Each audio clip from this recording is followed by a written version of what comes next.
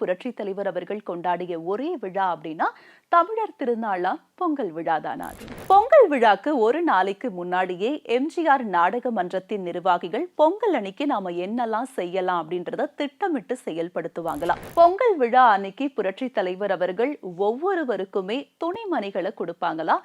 அதுக்கு நடுவுல ஒரு 50 ரூபாயில இருந்து 500 ரூபாய் வரைக்கும் வச்சு தருவாங்களாம். பொங்கல் விழா அன்னைக்கு காலையில எல்லாருக்குமே அவங்களுக்கு தேவையான துணிகளை புரட்சி தலைவர் அவர்கள் அவருடைய கைகளாலேயே வழங்குவாங்களாம். அதை தொடர்ந்து எல்லாருமே ஊர்வலமா புரட்சி தலைவர் அவர்களுடைய தாயார் இல்லத்துக்கு போய் அங்கதான் பொங்கல் வைப்பாங்களாம். புரட்சி தலைவர் அவர்கள் தன்னுடைய வாழ்நாள்ல விரும்பி கொண்டாடிய ஒரே விழா அப்படின்னா அது பொங்கல் விழானே சொல்லலாம். வேற எந்த பண்டிகையும் புரட்சி தலைவர் அவர்கள் கொண்டாட மாட்டாரா? ரொம்ப மகிழ்ச்சியுடனும் உற்சாகத்துடனும் புரட்சி தலைவர் அவர்கள் கொண்டாடிய ஒரே விழா அப்படின்னா தமிழர் திருநாளா பொங்கல் விழாதானா அது. புரட்சி தலைவர் அவர்கள் பொங்கல் விழாவை ஒரு குடும்ப விழாவா, எம்ஜிஆர் நாடக மன்றத்தின் நடிகர்களோட குடும்பங்களோட இந்த விழாவை கொண்டாடுவாராம். எம்ஜிஆர் நாடக மன்றம் என்ற பெயரில் ஒரு நாடக மன்றத்தை புரட்சி தலைவர் அவர்கள் நடத்திட்டு வந்திருக்காங்க.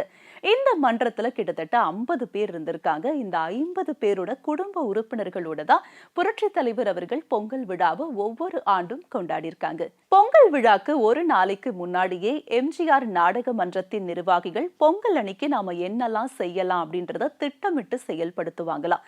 அது மட்டும் இல்லாம பொங்கல் அன்னைக்கு காலையிலேயே புரட்சி தலைவர் அவர்களுடைய வீட்டுக்கு போய் அங்கதான் கொண்டாடுவாங்களா நிர்வாகிகள் எல்லாரும் சேர்ந்து. பொங்கல் அன்னைக்கு நாடக மன்றத்துடைய நடிகர்கள், துணை நடிகர்கள், ஒப்பனையாளர்கள், மேடை அமைக்கிறவங்க, பாடகர்கள், பாடல் ஆசிரியர்னு ஒருத்தர் விடாம பொங்கல் விழா அன்னைக்கு அவங்களுடைய குடும்பத்தினரோடு கலந்து கொண்டு பொங்கல் விழாவை கொண்டாடுவாங்களாம். இதுதான் வழக்கமாக இருந்திருக்கு. எம்ஜிஆர் நாடக மன்றத்தின் நிர்வாகிகளுடைய குடும்ப உறுப்பினர்கள், எம்ஜிஆர் திரைப்பட நிறுவனத்தின் நிர்வாகிகளுடைய குடும்ப உறுப்பினர்கள், இவங்களுடைய பட்டியல்லாம் தயார் பண்ணி வச்சிருவாங்களாம்.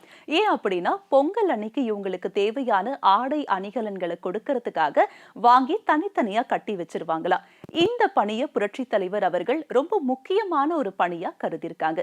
பொங்கல் விழா அன்னைக்கு புரட்சி தலைவர் அவர்கள் அவருடைய இல்லத்தரசியுடனும், அதே மாதிரி அவருடைய அண்ணனான சக்கரபாணி அவர்கள் அவருடைய இல்லத்தரசியுடனும் பொங்கல் விழால கலந்துக்குவாங்களாம். பொங்கல் விழா அப்பத்துல இருந்தே களை கட்ட ஆரம்பிச்சிருமா.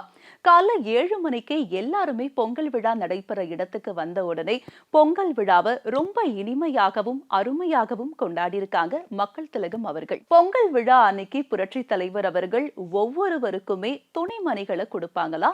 அதுக்கு நடுவுல ஒரு 50 ரூபாயில இருந்து 500 ரூபாய் வரைக்கும் வச்சு தருவாங்களாம்.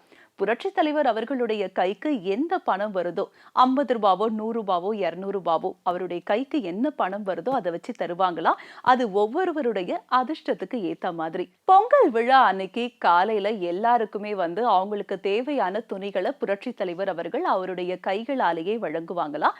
அதை தொடர்ந்து எல்லாருமே ஊர்வலமா புரட்சி தலைவர் அவர்களுடைய தாயார் இல்லத்துக்கு போய் அங்கதான் பொங்கல் வைப்பாங்களாம்.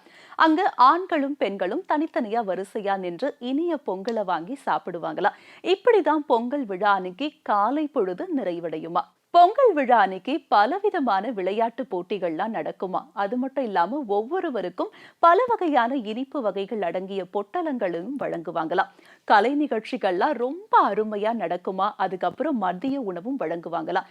இப்படி பொங்கல் விழா ஒவ்வொரு ஆண்டும் இனிதாக நடைபெற்றிருக்கு. புரட்சி தலைவர் அவர்கள் அவருக்கு ரொம்ப பிடித்த விழாவான பொங்கல் விழா அன்னைக்கு அவர்கிட்ட பணிபுரிகிற எல்லாருக்குமே ஆடை அணிகலன்களா இருக்கட்டும், இல்ல அவங்களுக்கு தேவையான பரிசு பொருட்களா இருக்கட்டும், இதெல்லாம் கொடுத்து சந்தோஷப்படுத்தி பார்த்திருக்காங்க.